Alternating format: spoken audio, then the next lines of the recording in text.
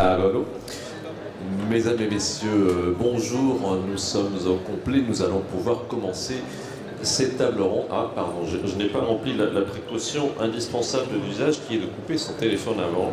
Donc voilà, je devrais... voilà, c'est fait. Alors nous allons pouvoir commencer cette table ronde qui a pour thème les nouveaux outils et applications qui améliorent la productivité sur le terrain, notamment des commerciaux mais aussi des cols blancs. Les commerciaux de terrain font partie des pionniers de la mobilité professionnelle. Ils ont été parmi les tout premiers utilisateurs des nouveaux outils qui arrivaient déjà il y a une vingtaine d'années. Donc il y a commencé à avoir un certain recul sur la question. C'est à leur intention qu'avait été conçu le concept de bureau mobile, donc l'idée de pouvoir travailler un petit peu partout. Il y a eu des tentatives diverses et variées d'interpréter ce mot de bureau mobile. À une époque, il y avait même des sortes de plateaux en plastique qui s'adaptaient sur les voitures pour pouvoir poser son ordinateur, et tout ce qui était un petit peu encombrant, ça fait partie un peu du passé. On va se dire qu'il y a prescription, mais les commerciaux de terrain ont été les premiers utilisateurs des premiers pagers, des premiers PDA, des premiers téléphones mobiles bien sûr, des tablettes. Ils ont été les défricheurs des usages professionnels de toutes ces nouvelles technologies. Et ajoutons à cela plus récemment les smartphones, le cloud, les apps, la 4G et bientôt la 5G. Nous n'allons bien sûr pas énumérer tous ces progrès depuis une vingtaine d'années, ça prendrait beaucoup de temps et puis ce n'est pas le sujet du jour. Mais l'évolution n'est pas terminée, loin de là. Et aujourd'hui, la productivité des commerciaux de terrain peut toujours être améliorée. Cela passe beaucoup par le travail des éditeurs de logiciels aujourd'hui. Ça s'appuie aussi bien évidemment sur du matériel, mais beaucoup de progrès sont accomplis sur le plan logiciel. Et c'est ce que nous allons voir aujourd'hui avec nos invités. Donc j'ai le plaisir de vous présenter Anaïs Vivion, qui est CEO et cofondatrice de la société BIAP. Bonjour. Merci. Sébastien Mahé, qui est directeur de Yuto. Donc bonjour. Et Lionel Ovsepian, qui est président de WCS Europe. Bonjour. Bonjour. Alors je propose que pour commencer, on fasse un rapide tour de table pour expliquer comment chacun se positionne. Anaïs, si vous voulez bien nous dire quelques mots sur BIAP. Avec plaisir. Donc BIAP, nous on est une agence d'innovation mobile et concrètement notre métier c'est d'accompagner les entreprises à développer des applications mobiles, qu'elles soient web ou applications natives, pour répondre à leurs enjeux dans les entreprises, donc des applications à destination des collaborateurs, ou, ce qui nous concerne moins ici, des applications B2C à destination des clients des entreprises. Sébastien, Yuto. Nous, on est des bizdev digitaux. On vient du e-commerce, qui est le métier d'origine de l'agence que j'ai fondée. Et depuis 3 ans, on arrive progressivement dans le monde réel, en équipant notamment avec Yuto les forces commerciales. Lionel, c'est bien, WCS. Alors WCS, c'est très simple. Nous avons 2 métiers. Le premier, c'est de vendre. Donc évidemment, le thème d'aujourd'hui nous préoccupe. Et le deuxième métier, c'est d'accompagner nos clients sur les produits que nous vendons. Bien sûr, les accompagner d'un point de vue technique, en avant-vente, en après-vente et en intégration.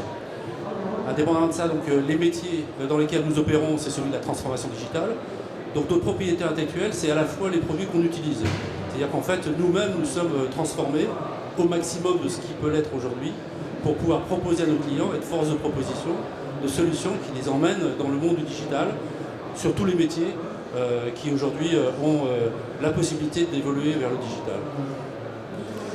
Merci. Alors, je demanderai à tous de parler près du micro parce qu'il y a du brouhaha, donc il faut, si on parle près, on nous entend bien, sinon j'ai peur qu'on entende un peu moins bien. Alors, Anaïs, je reviens vers vous. Vous vous définissez comme une agence d'innovation digitale et mobile. Vous faites plutôt des applis sur mesure, dans ce que vous disiez. L'amélioration de la productivité des commerciaux de terrain et autres cols blancs, donc la productivité de manière générale, est-ce qu'elle fait systématiquement partie des cahiers des charges que vous avez ? Alors, en effet, sur les cahiers des charges B2B qu'on reçoit, donc des applications à destination des collaborateurs, c'est 90%, c'est des applications spécifiques pour les équipes de vente.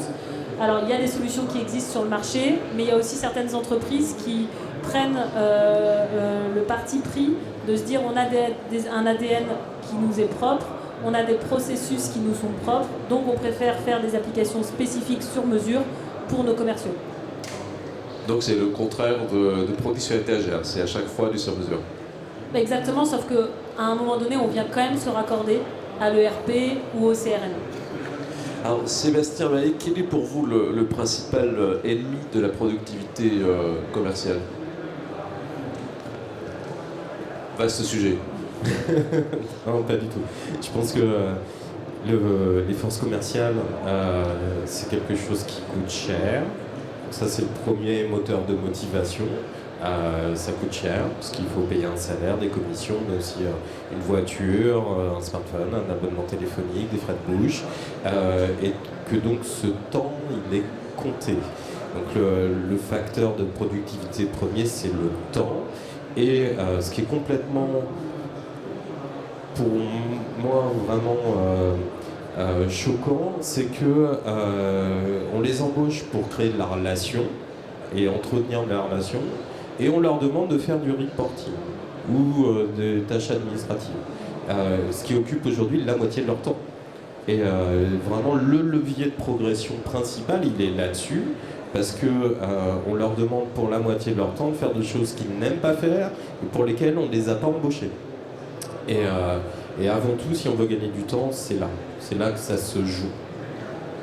Lionel Hovsepian, donc vous présentez comme un facilitateur d'innovation digitale. Est-ce que vous partagez cette analyse? C'est le temps, la perte de temps, le principal ennemi de la productivité? Bon, alors je voudrais quand même peut-être aussi rebondir sur le premier propos d'Anaïs et aussi sur celui de Sébastien. En réalité, des CRM, personnellement, ayant toujours pratiqué le métier de la vente, j'ai commencé à m'installer il y a déjà à peu près 25 ans. Donc il n'y a rien de nouveau. À l'époque, on parlait de Cybelle peut-être. Pour des millions d'euros, on déployait des CRM qui globalement ne servaient à rien. Puisqu'en fait, on a juste oublié quelque chose. Et merci à la mobilité et au digital, c'est qu'au bout de la ligne, il y a quand même des humains qui ont besoin de comprendre pourquoi on leur propose d'utiliser un CRM. Donc j'aurais tendance à dire le gain de temps est fondamental, oui, parce que on a tous cette problématique, mais pas que dans le commerce. La vraie problématique, c'est pourquoi on met en place un CRM et en quoi le CRM est accompagné par une direction générale ou en tout cas un groupe managérial qui considère qu'il fait partie intégrante du métier lui-même de l'entreprise. Si le métier c'est de vendre, entre autres, il faut vendre efficacement, rechercher la productivité et surtout apporter de l'enthousiasme pour que ces équipes de vente comprennent tout l'intérêt de leur métier et la volonté de les accompagner. Donc oui, le temps, bien sûr, mais tous, il n'y a pas que les commerciaux qui ont des problématiques de temps. Je pense que c'est important, c'est vraiment l'accompagnement et comprendre les problématiques du commercial au quotidien pour l'accompagner dans son métier. Vous me disiez en préparant ce sujet que la question, c'est la question la plus difficile à laquelle il faut répondre, c'est qui joindre au bon moment pour un commercial. Alors, est-ce qu'un CRM ne suffit pas pour cela? Alors oui, alors ça c'est aussi une très bonne question. Ce qui m'exaspère souvent, c'est d'imaginer qu'un outil informatique va régler le problème. Alors qu'en réalité, pour avoir déployé beaucoup de CRM dans ma vie, je me suis rendu compte qu'à chaque fois, la problématique, c'est l'humain. Certes, l'outil informatique est fondamental. Retrouver ses comptes, ses contacts, son passif, ses tâches, ses actions, son calendrier, faire tout ça à travers la mobilité, bien sûr. Mais ça ne suffit pas. Parce qu'en réalité, ce qui est fondamental, si on veut être très productif dans le commerce, c'est de donner l'information au client potentiel au bon moment et au moment où il l'attend. Et ça, c'est le plus difficile. C'est la gestion du contenu. Et donc là, le commerce, lui, tout seul ne peut pas. Si on a un super CRM et qu'on envoie sur le front des commerciaux, voire des potentiels clients qui ne sont pas les bons, ou qui s'attendent à des messages différents, on leur fait perdre du temps. Donc je pense qu'effectivement, cette phrase est vraie.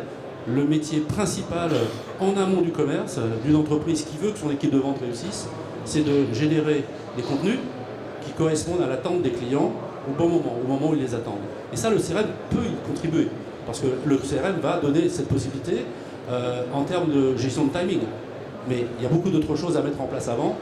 Et c'est vrai qu'avec le marketing digital, maintenant, on fait pas des miracles, mais on s'améliore. Anaïs, vous voulez réagir C'était plus sur ce que vous disiez tout à l'heure. En effet, Je pense que le CRM, il nous sert surtout à centraliser de la donnée pour aussi faire du reporting. Et c'est vrai que dans toutes les applications que nous, on crée, on va dire le leitmotiv, il est simplifier le reporting et faire en sorte qu'il soit de plus en plus automatisé et du coup apporter du confort du coup, au travail du collaborateur, que ce soit un col bleu, un col blanc. Ce qu'on va chercher avec un outil informatique, il est là en fait, c'est que vraiment le collaborateur puisse se concentrer sur là où il apporte de la valeur pour l'entreprise et que les tâches de reporting et les tâches de process soient le plus faciles à exécuter, quoi. Donc c'est plus là qu'ailleurs que s'exprime ce souhait d'optimisation, sur tout ce qui est un peu périphérique au cœur de la vente à proprement parler. C'est bien ça? Oui, bah pour moi, oui. Sébastien, vous voulez réagir? Oui, Oui. ce que je veux dire, c'est pas où. Effectivement, il y a l'adoption, je suis complètement d'accord avec vous, évidemment. Ce qui est peut-être nouveau et ce qui est propre au col blanc, pour revenir à notre sujet, c'est que maintenant, il faut aussi créer de la valeur pour l'utilisateur, pour s'assurer qu'il s'en serve. En fait, c'est ça le fond du problème. C'est que il y a une montée de l'indépendance des collaborateurs partout. On n'a plus des gens qui obéissent à des règles ou qui suivent des process.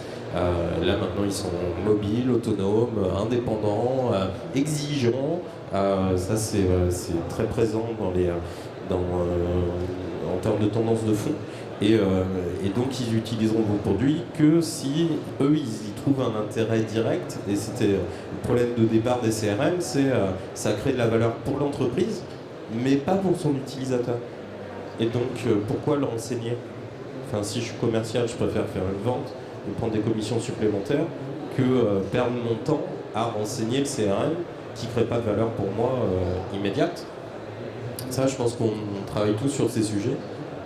Est-ce que c'est totalement le but? Parce que si vous demandez aussi au commercial qu'est-ce qui pourrait lui faire plaisir, il dirait donnez-moi un accès à la télé là, pour suivre le match de rugby en ce moment, France-États-Unis. Donc c'est sûr que... Après, je pense qu'on parle plus d'adhésion. Nous, encore une fois, je parle de projets spécifiques, mais on a beaucoup de nos clients qui nous disent bah voilà, je vais créer un outil et après il va falloir que je forme mes équipes et que je crée de l'adhésion. Nous, ce qu'on leur dit, c'est bah, créons l'outil avec vos équipes. Comme ça, du coup, il y aura de l'adhésion immédiate, ça correspondra à leurs besoins, ce sera naturel, ils le feront évoluer.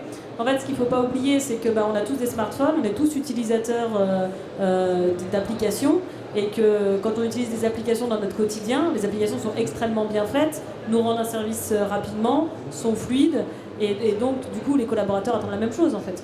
Un exemple concret pour illustrer ça, peut-être? Si je prends par exemple notre client Rico, donc on leur a fait une application qui est là pour optimiser les tournées du commercial.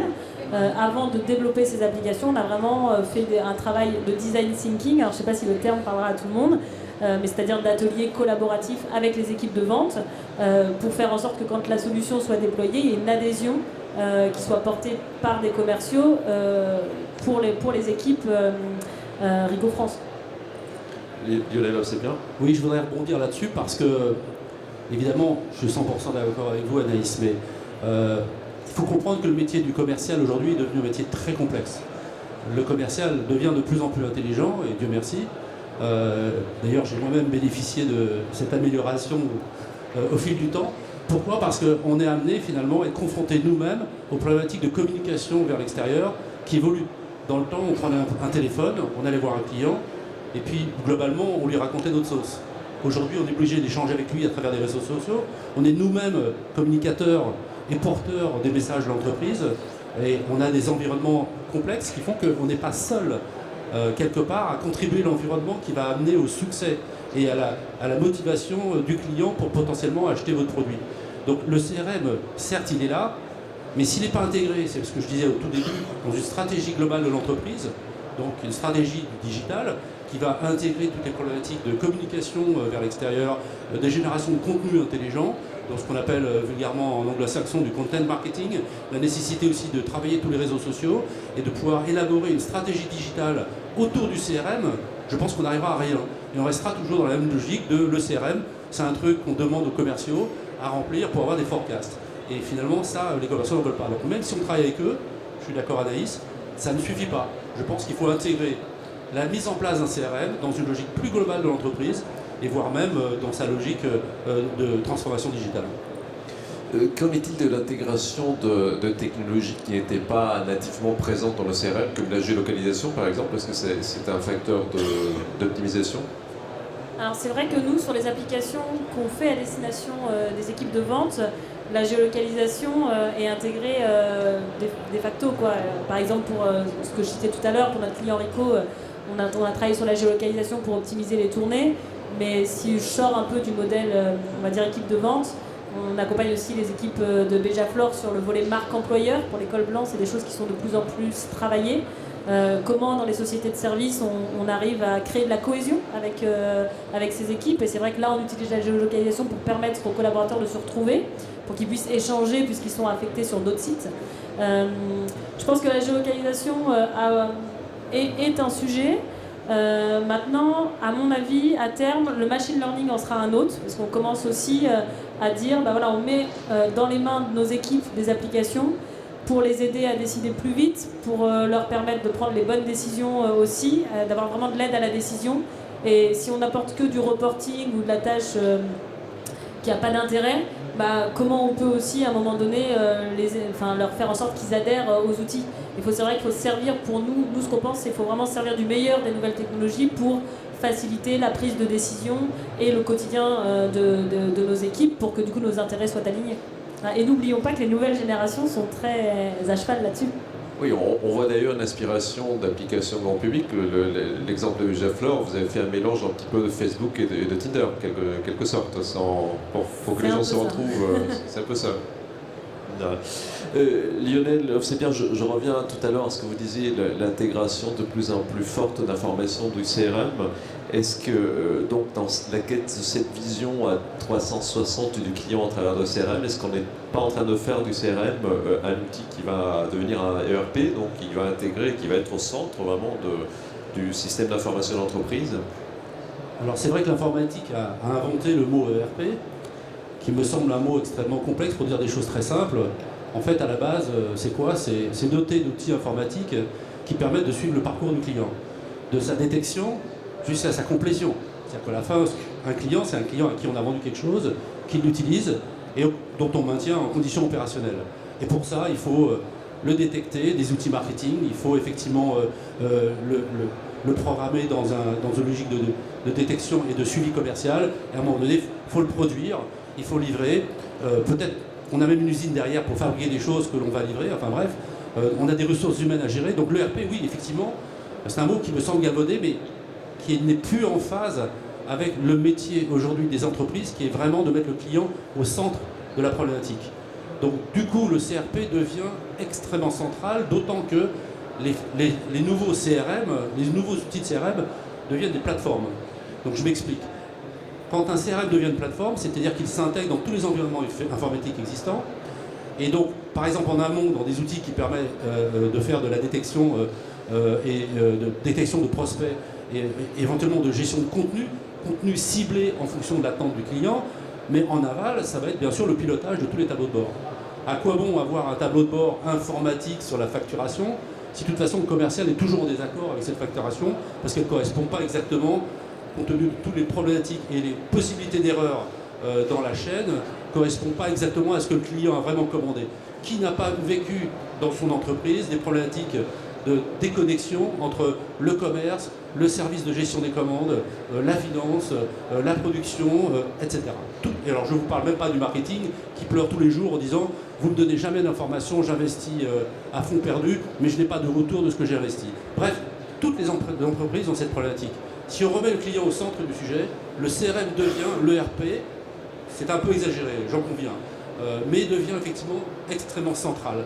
Et le dernier point qui me paraît fondamental aussi, c'est on ne pilote pas une entreprise qu'on ne mesure pas. C'est-à-dire si on n'est pas capable de mesurer les performances de l'entreprise sur tous les indicateurs, et pas seulement de quelle est la progression du chiffre d'affaires, eh bien on ne peut pas la piloter.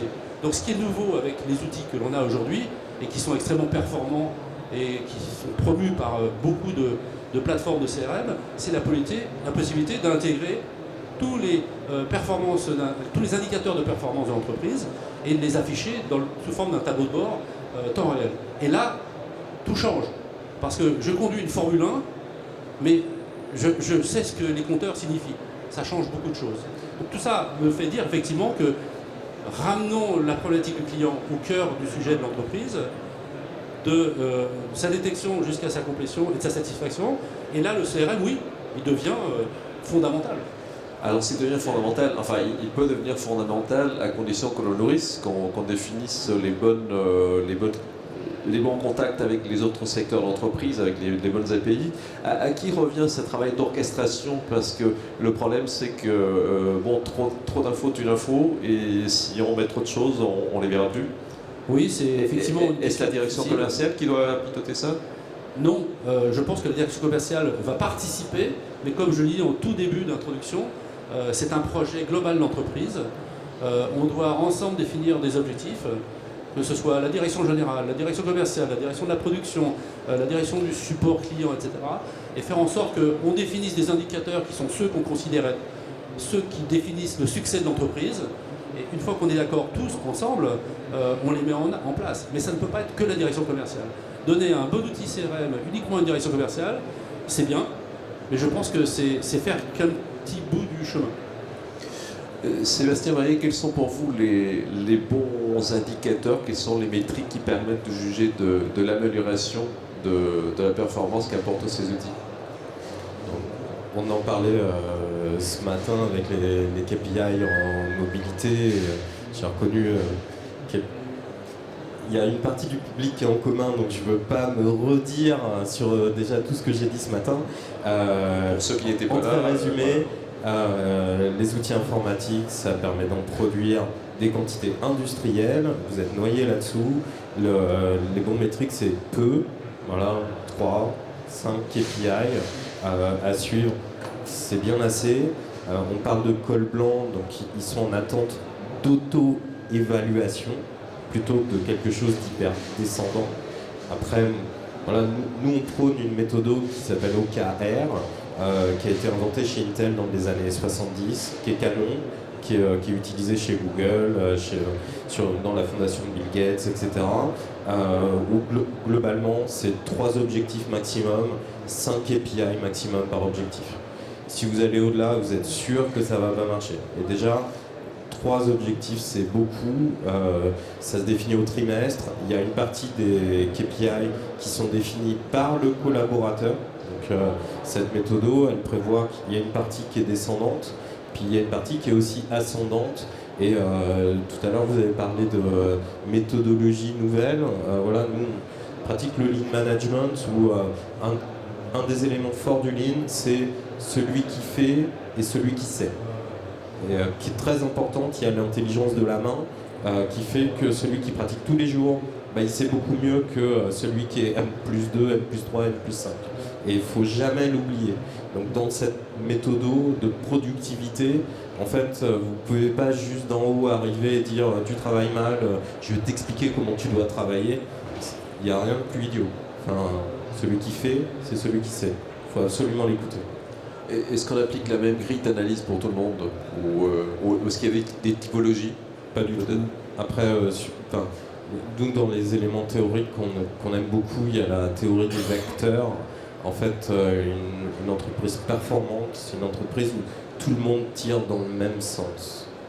Et si vous voulez gagner en productivité, là, il y a un champ d'exploration extraordinaire. Le but d'OKR, c'est notamment de réaligner les gens dans le même sens et qu'ils puissent s'auto-évaluer pour vérifier tous les jours qu'ils vont bien dans la direction qui est voulue. Il n'y a rien de pire que si vous tirez 2 pas en avant et quelqu'un passe derrière, faire 3 pas en arrière, vous arriverez nulle part. Voilà. Ça, c'est beaucoup prôné par Elon Musk, la théorie des vecteurs. Voilà, vous pourrez regarder sur Google. C'est hyper intéressant. Dès lors que tout le monde tire dans le même sens, vous avancez en fait. Anaïs Vivion, un avis sur cette question des indicateurs? Dans ce que tu dis, je sors peut-être un petit peu du débat d'école blanc, mais il y a la notion de sens. Et la notion de sens, elle est plus importante, en tout cas pour les nouvelles générations, qui font aussi partie des équipes de vente aujourd'hui. Et je pense que de manière globale, qu'on soit sur de l'ERP, qu'on soit sur un outil en mobilité pour nos équipes de vente ou l'école blanc, ou qu'on soit sur les indicateurs et les aides à la décision, ce qui est important, c'est que tout le monde aille dans le même sens, en effet, et que ça ait du sens pour le collaborateur qui le fait. Et c'est là qu'on gagne en productivité, peu importe l'outil qu'on déploie, quoi. Ce que j'aurais dû dire, je pense, sur le fond, qui est fondamental pour le thème, c'est qu'en fait, demain, on est tous col blanc. Il n'y a plus de col bleu. Je pense que c'est important de le concevoir. Hein. Les progrès technologiques font que demain, il n'y a plus de col bleu du tout. On sera tous col blanc. Et qu'il faut déjà commencer à l'anticiper parce que la machine, l'intelligence artificielle, les progrès techno feront que de toute façon, le travail purement manuel disparaîtra. Et que voilà, il faut s'y préparer. Et ce qu'on doit faire pour nos enfants, c'est leur apprendre justement à être encore plus humains et à monter sur des tâches créatives et sociales, etc. Parce que vraiment la part col bleu, elle disparaîtra. C'est ce qui se passe depuis déjà plus de 150 ans, voire depuis le début de l'histoire de l'humanité, et ça ne fait que s'accélérer. Alors, je reviens sur cette notion que vous évoquiez d'avancer tous dans le même sens, qui semble assez évidente, et finalement ça revient à essayer de travailler mieux, pas forcément plus. Est-ce qu'on peut... Vous avez une démarche particulière qui illustre ça? Est-ce que vous avez un exemple au client qui peut démontrer? Aller dans le nord de l'Europe. Là, moi j'ai des souvenirs à Oslo où à 16h30, les gens vous foutent dehors et vous disent mais t'as vu l'heure là? Et qu'est-ce que tu fais? Qu'est-ce que tu fais? Moi je suis français, donc culturellement je fais du présentiel. J'ai l'impression en bossant 12 heures par jour d'être hyper productif. Et j'adore ce choc des cultures où quand vous allez là-bas, en fait on vous dit mais t'es pas bon si